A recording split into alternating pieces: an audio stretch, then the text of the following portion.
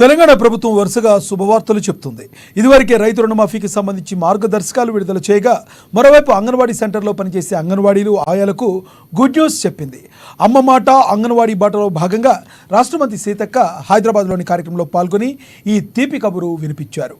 పదవీ విరమణ పొందిన అంగన్వాడీ టీచర్లకు 2 లక్షలు, ఆయాలకు 1 లక్ష ఇస్తామంటూ కీలక ప్రకటన చేశారు. దీనికి సంబంధించి 2-3 రోజుల్లో జీవో జారీ చేస్తామని వెల్లడించారు.